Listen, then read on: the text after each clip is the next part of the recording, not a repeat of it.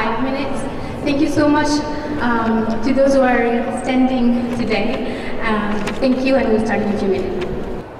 I would also like to give a very special recognition to our guests who travel from very faraway countries and to the children and young people in the audience here today. One more note before we begin. This is a two-part commemoration. After we hear the delegates and activists, a moment of reflection will take place in the UN Gardens at the commemorative stone in honor of victims of extreme poverty. We will walk to the gardens and gather around the stone for this time of reflection. If you want to share the commemoration with others, you are welcome to join our Twitter conversation using the hashtag #EndPoverty and hashtag #StopPoverty.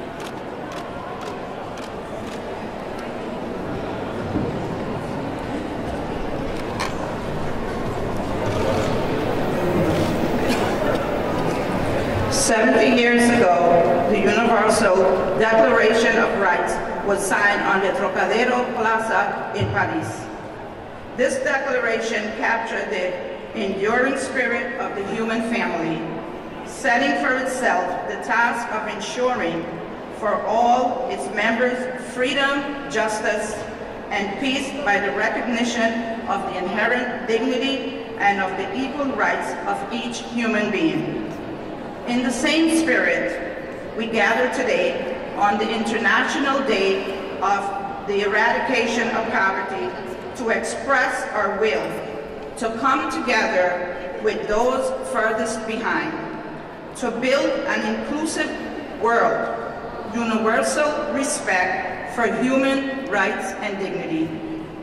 Excellencies, ladies and gentlemen, your presence among us today is a sign of your commitment to end everywhere the violations of human rights, violations that are cause and consequences of extreme poverty, violations that too many of us here today continue to face and to resist. Excellencies, ladies and gentlemen, I am now pleased to introduce to you His Excellency, Mr. Antonio Guterres, Secretary General of the United Nations.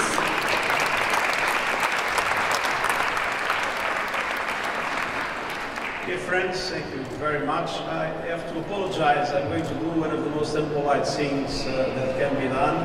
And I was always very angry when going to meetings and seeing leaders coming, talking and leaving. But unfortunately, because I have a Security Council luncheon, that is exactly what I have to do today. That's not lack of respect. I'll be delighted to be here to fully participate in the meeting. But unfortunately, I will have to join the Security Council immediately afterwards. It is indeed a pleasure to be here today to observe the International Day for the Eradication of Poverty. We have come a long way since the world first commemorated this day 25 years ago. Nearly 1 million people have been lifted out of poverty thanks to political leadership, inclusive economic development and international cooperation.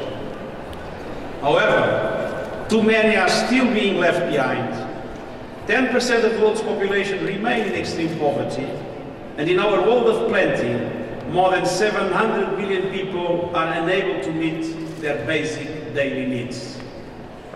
Armed conflict hinders further progress in poverty eradication and can quickly undermine many hard-won gains. Discrimination and rising inequalities also pose major challenges. Women's unequal access to opportunities has real impacts, not just on their lives, but on families and communities as well. Youth, older people, indigenous peoples, people with disabilities and migrants are also disproportionately affected. And every year, disasters push millions of people around the world into poverty. More than ever, we can see the urgency of climate action and efforts to build resilient societies. The deprivations that people living in poverty endure every day remind us that there is a fundamental connection between eradicating extreme poverty and upholding the equal rights of all people. Ending extreme poverty is not a matter of charity, it is a question of justice. This year, as we celebrate the 70th anniversary of the landmark Universal Declaration of Human Rights, it is timely to recall the Declaration's proclamation of freedom from want as being among the highest aspirations of the world's people. In adopting and now implementing the 2030 Agenda, the international community recommitted itself to this aspiration as embodied in the first of the Sustainable Development Goals, to end poverty in all forms, everywhere. Poverty is not inevitable. It is not a natural state of being or occurrence. It is most often the outcome of choices that societies have made. And today we must choose to build a fair globalization that creates opportunities for all. Inclusive growth, supported by economic and social policies that empower people and provide equal opportunities, make the difference. We need policies that create a strong enabling economic environment and that promote access to education, health services, decent work and social protection to everybody. And we need policies that dismantle barriers that contribute to the perpetuation of poverty. The International Day also honors the struggles and activism of people living in poverty. We must do more to listen to them, address the indignities they face, and tackle the power structures that prevent their inclusion in society. Let us join hands to end poverty, advance human rights, and uphold the core pledge of the 2030 Agenda to leave no one behind. Thank you very much.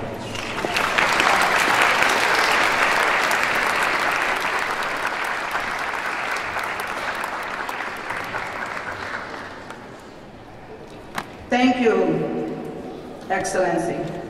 Your message of hope and strength will continue to inspire us all and lead us in our commitment to build a world of universal respect for human rights and dignity. His Excellency. His Excellency, Mr. Antonio, has other pressing commitment he must attend at this time, but we highly value him for honoring us with his presence and participation at this important occasion. Excellency, again, thank you very much for having joined us today.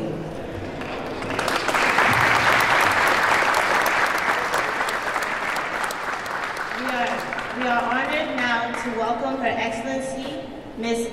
Inga Rhonda King, President of the United Nations Economic and Social Council.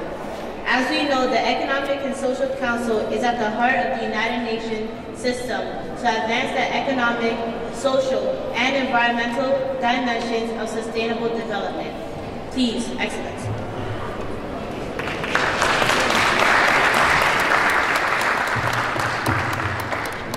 Excellencies, distinguished delegates, ladies and gentlemen, it is my pleasure to join you on this International Day for the Eradication of Poverty. On behalf of the Economic and Social Council, I wish to express my gratitude to the organizations, the organizers and the participants in this important event, which focuses on matters including participation, inclusion, empowerment, and eradication of poverty that are at the heart of our mission at the ECOSOC.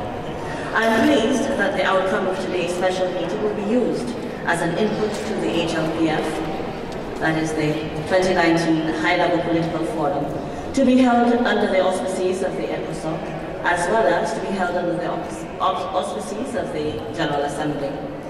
ECOSOC has long recognized the critical importance of broad participation in its processes.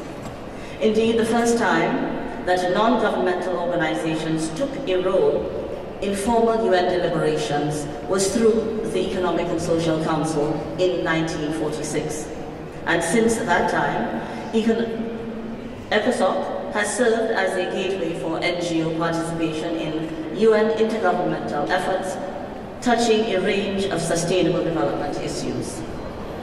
The phrase, "nothing about us, without us," created by persons with disabilities, has often been used by different groups that have also too often been left out of decision-making processes that affect them. This sentiment is well understood at the United Nations, which is ever seeking to innovate its approaches to facilitate broad participation in its work. One recent success was the process for the development of the 2030 Agenda.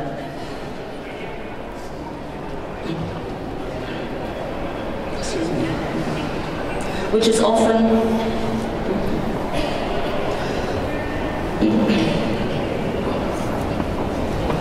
often considered as the largest consultation process in the history of the United Nations. For this reason, the 2030 Agenda proclaims itself of the people, by the people, and for the people. But more must be done to ensure the participation of those living in poverty in the United Nations and other processes that affect their lives. As we celebrate the International Day for the Eradication of Poverty today, we recognize that more than 700 million people living in extreme poverty. Extreme working poverty also remains widespread. In 2017, more than 300 million workers in emerging and developing countries had a per capita household income or consumption below $1.90 per day. Ending poverty in all of its forms and dimensions everywhere is at the center of the 2030 Development Agenda, set out in the very first of the Sustainable Development Goals. Indeed, the commitment of the international community to eliminating poverty is high, as reconfirmed by the General Assembly, proclaiming the third United Nations Decade for Eradication of Poverty, 2018 to 2027. We firmly believe that to find effective approaches to ending poverty, those experiencing it must have a seat at the table and be given the tools to empower themselves and participate fully. With this in mind, the theme of the 2019 HLPF, empowering people and ensuring inclusiveness and equality, could not be more appropriate. The ECOSOC will focus on empowering people to build equal and inclusive societies. I wish to encourage all stakeholders to participate in both HLPF and ECOSOC processes. One of the ways that the UN currently promotes such participation and inclusivity is through the system of ECOSOC accreditation of NGOs. This enables more than 5,000 NGOs to attend and contribute to UN meetings, seeking to eliminate the inequalities that can hinder full participation. The accreditation system particularly prioritizes applications from NGOs from developing countries. We are also exploring other avenues of increasing participation of those living in poverty and would particularly welcome today your suggestions in this regard. I am very optimistic that by working together, we will continue to strengthen the meaningful participation of those living in poverty, and in doing so, we will bring to life the promise of the 2030 Agenda to leave no one behind. I thank you. I will now turn the floor over to His Excellency, Mr. François Delattre, Ambassador and Permanent Representative of France to the United Nations.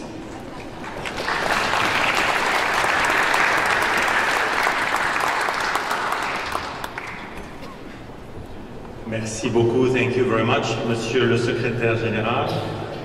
Excellencies, ladies and gentlemen, it's such an honor for my team, Ayet Segar and others, and for me to be here with you this afternoon on this very special and important occasion. As we today celebrate the International Day for the Eradication of Poverty, we are, as was eloquently said by the Secretary General, at the very heart of what the UN is all about. Indeed, the fight against, or the fight for the eradication of poverty is the mother of our common fights for peace, for the development, and for human rights and dignity. This is the key to everything. That's why the eradication of poverty is front and center for us all and for the United Nations. In the same spirit, we are gathered here today not only to pay tribute to the victims of extreme poverty, but to hear their voice and their message, because you are key partners for peace, for the development, and for the human rights and dignity. We just cannot make it collectively without you, and we need you to succeed on these various fronts. This is the core of my message today. I'm so sorry I will have also to leave with the Secretary General to attend the Security Council meeting in a few moments, but I'd like to start by thanking the Secretary General not only for his very inspiring words, but for his day-to-day commitment to the fight that you hold so dear. We are working very close together, and when the SG was at the HCR, it was the same. Fight for the human dignity that you so well epitomize. I would especially like also to thank the NGO ATD Carmonde, 84th World, without whom this commemoration would simply not have taken place.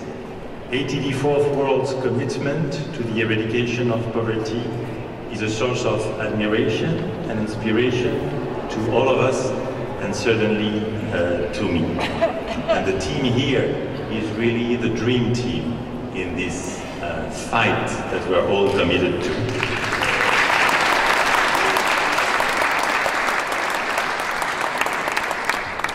I warn you, never say no to them, it's impossible. More broadly, France has always been and will always remain a partner to the NGOs fighting against extreme poverty.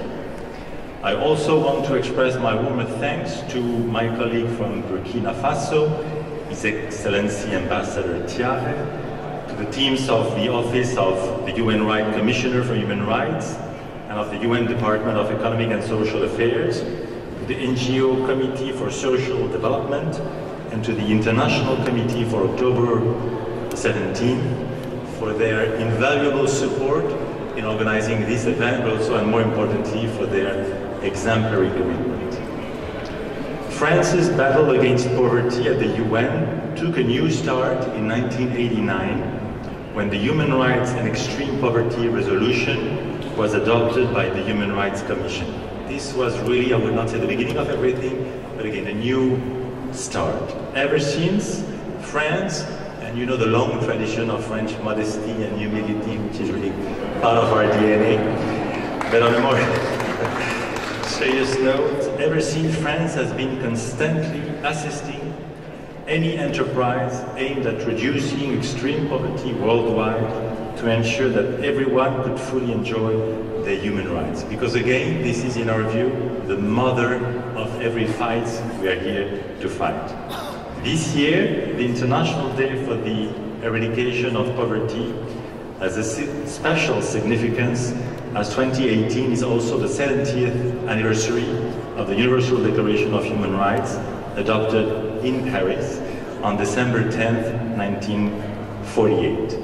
The right to a decent life and human rights are indeed inextricably linked. In that vein, the stress must now be on vulnerable populations so we can make sure everyone enjoys his or her rights to the fullest.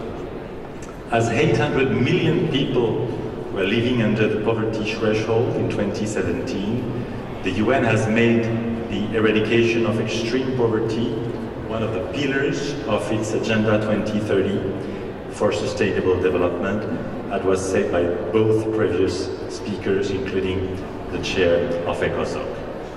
I will conclude by saying that you can count on me.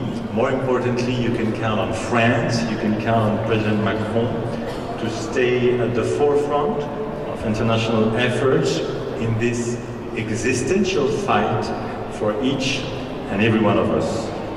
if we truly partner with those who know firsthand what extreme poverty means on a day-to-day basis, then, my friends, we will win together this battle. Un grand merci à chacun. Merci. I am pleased to welcome now Mr. Salehi Musa C., an ATD fourth-world volunteer from Tanzania, who will share his deep commitment to his community.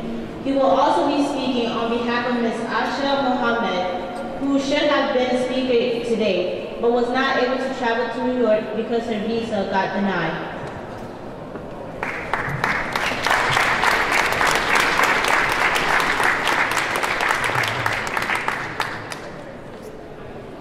Hello everybody. Good afternoon.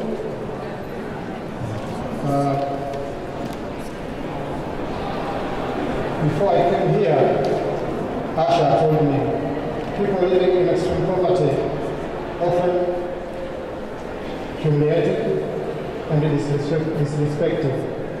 When my visa was refused, I felt that my rights were violated, that I do not have an equal opportunity to travel and belong to a large world. They told me they cannot give me a visa because of my income, and they did not believe that I would come back to my country after the October 17th event.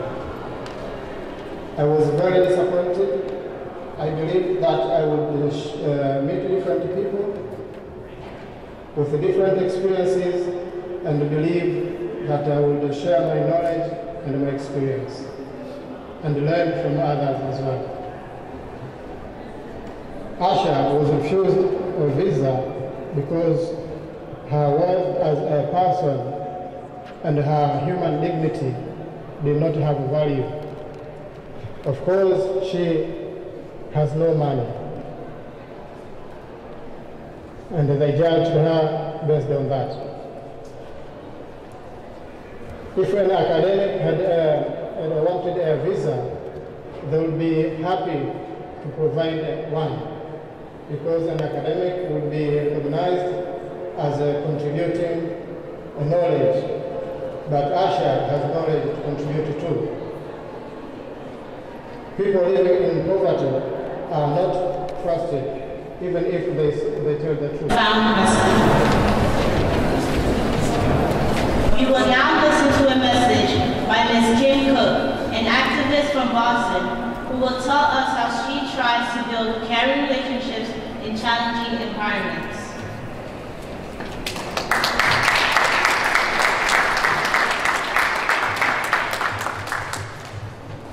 Good afternoon.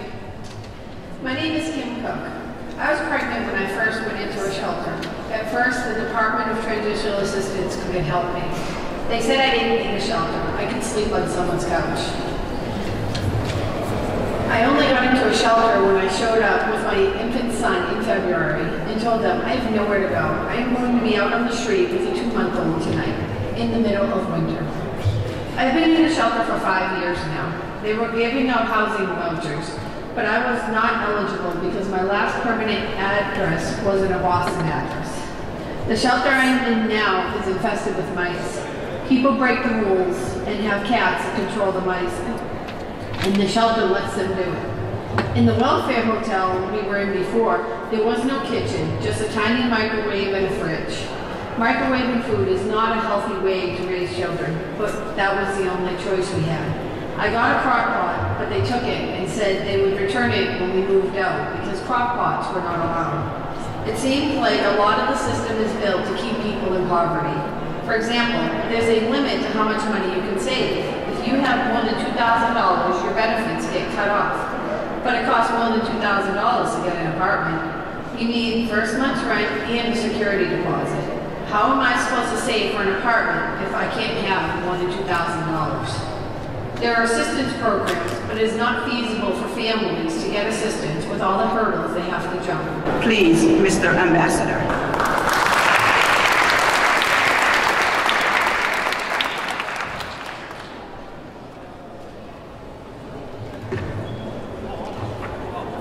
Good afternoon, everybody. I will ask you a favor because I will try to read my speech in English, but you will notice that it's not a good, it will not be a good English, but I will try. So first of all, I want to thank you very much for being here.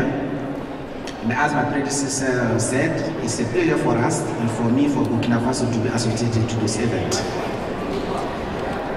It's again this year, we have come together to commemorate the International Day for the Eradication of Poverty, an honorable and valued purpose that we have undertaken for decades now. Extreme poverty means living on less than $1.90 per day. But the reality is much more complex in that it removes from people living in poverty any opportunity to reach their full potential. On this commemorative day, while we acknowledge and applaud the progress already made in the struggle against poverty, we must also recognize that the struggle is far from being one, given the disturbing statistics we receive at each step of evaluation. In fact, according to estimates, more than 700 million, my predecessor already said that, people still live in extreme poverty and strive to satisfy their most basic needs, such as health, education, and access to water and sanitation. Likewise, in 2016, only 45% of the global population is effectively covered by at least one social benefit. Not only are the success noted in the struggle inadequate, unequal, and imbalanced, but also it is clear that poverty spares no region of the world. According to the World Bank, South Asia and Sub-Saharan Africa account for about 70% of the global population living in extreme poverty. At the same time, middle income and developed countries are not spared either. At the present time, 30 million children grow up in poverty in the richest countries of the world. Ladies and gentlemen, the moving statements that we have here just after the two activists immediately are above all cannot and should not leave us indifferent. How can we understand and how can we admit that in our world today there exists so much injustice, inequality, suffering and humiliation, and also often scorn and indifference toward the deserve of men, women, and above all children, the people who are the future of the world. If the people who are supposed to take on the world of tomorrow grow up in such condition, what will the future look like? This is why we must work together to make up lost time, because eradicating extreme poverty is not impossible. In this regard, Africa is increasing its initiatives to create growth that is inclusive, sustainable, and shared throughout the continent. As an example, during the African Union Summit held last July, the head of state signed an agreement to create a new free exchange zone which will serve eventually to make the African economies more competitive and to stimulate intra-African commerce. The head of state also recognized the need to reform the African Union so that it will make a greater contribution to the prosperity of the continent. And they agree that Africa, with all its potential, should take ownership of its own future. In addition, African countries clearly defined the areas that need more investment, like education, health, employment, and the empowerment of young people, along with support for their civic participation and their representation within governments. The countries also agreed to stimulate key investment in agriculture, with the aim of creating millions of new jobs, of increasing profitability, of fighting hunger and malnutrition. So, ladies and gentlemen, we commemorate today, this October 17, on the theme coming together with those futures behind to build an inclusive world of universal respect for human rights and dignity. This film reminds us of the importance of helping each person to regain the dignity, of promoting solidarity to improve our lives together, and of offering pathways to more integration of each segment of society, above all the most disadvantaged people. More than ever, it is urgent to us to take action. I thank you very much.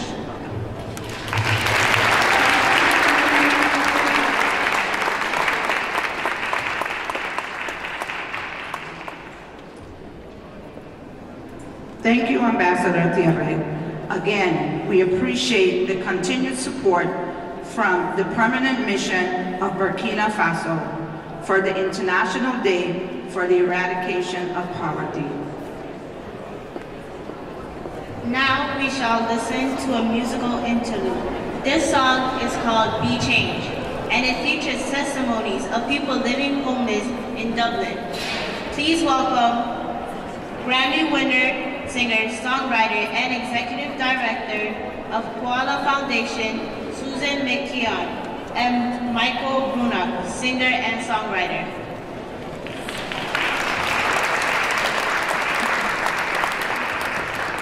Thank you. I'd like to thank ATD Fourth World for commissioning me to write this song, which I wrote based on the testimonies of people living homeless in Dublin. And since I wrote the song, homelessness has been escalating in Dublin due to structural economic factors. What's alarming to many people in Ireland is the amount of families that have become homeless in Dublin, my hometown, in the last 3 years. It has risen 18% in the last year alone.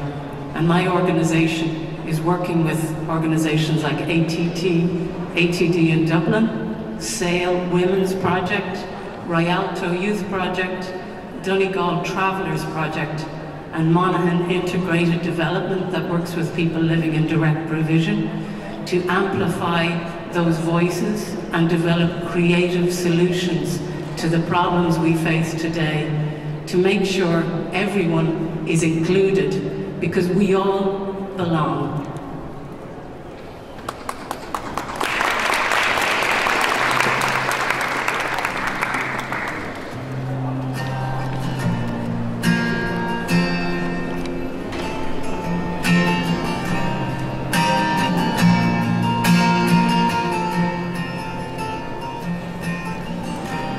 All the bad things happened in my life.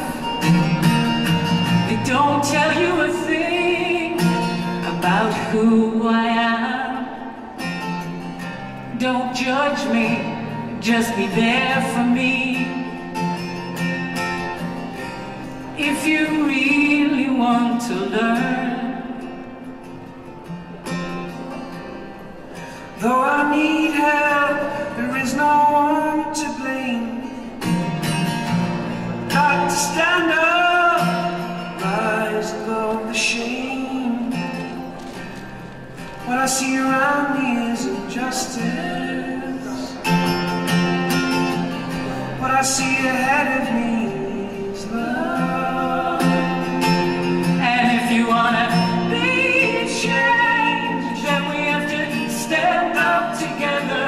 And if you wanna see change, then we have to speak up together. And if you wanna be changed, then we have to stand up together. And if you wanna see change,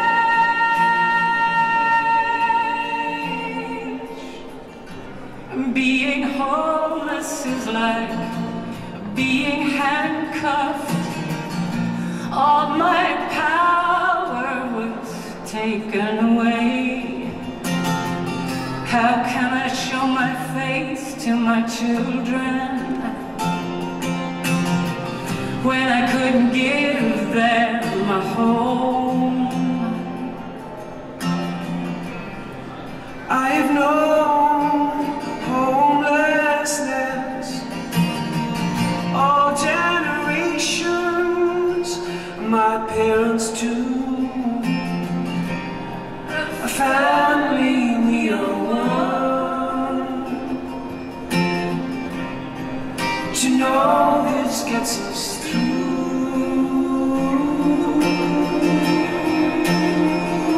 And if you wanna be changed, then we have to stand up together. And if you wanna say change, then we have to speak up together. And if you wanna speak change, it's not gonna come while you're waiting. And if you wanna be changed, and if you wanna be changed, if you wanna be changed, if you wanna be changed, just hold on to what you know is true. Just hold on to what you know is true.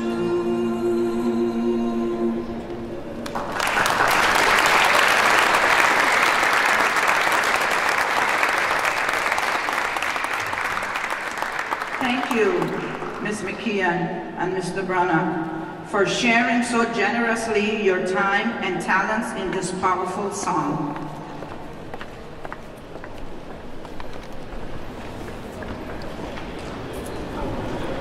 We will now listen to a message of Mr. Patrick Matara from Kibera, a large slum outside Nairobi, Kenya.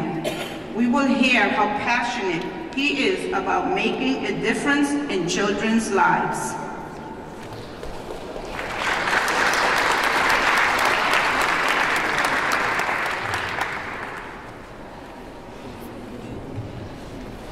Good afternoon, all. Today, I will share my story. I think story inspires people and sometimes can change them. I grew up in a very humble family in rural Kenya. My dad left my mom and 6 siblings, so my mom raised me. When I reached secondary school, I was unable to go to school because we could not afford the school fees. I was devastated because I did very well in primary school and I saw my friends going to school. I thought, this is my end. Please, let me now invite on stage Ms. Stacy White, fourth world activist from New York City. She will tell us how strongly she feels that everyone should be treated with equal respect.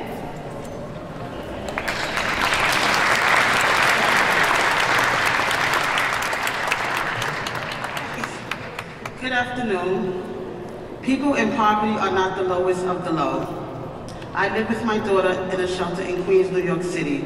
I'm doing my best to look for permanent housing to stay outside of the shelter system. Throughout my life, I have lived in poverty-stricken areas. For me, poverty is about neglected areas, areas that are not taken care of, where there are no resources for families, like libraries, good schools, or even good stores. In the stores, most of the groceries are expired, including potato chips and sodas. The store owners think we're content with living this way because they think we do not have a voice. But this is not the case. People in poverty living have this fear that if they open their mouths, then action will be taken against them, so no one says anything. So we're going to continue to have stores like that unless people in poverty let their voices be heard, so others are stopping to take advantage of them. I am now pleased to introduce to you Mr. Donnelly, the President of the International Committee for October 17th. Mr. Lee will share with us the message of the committee.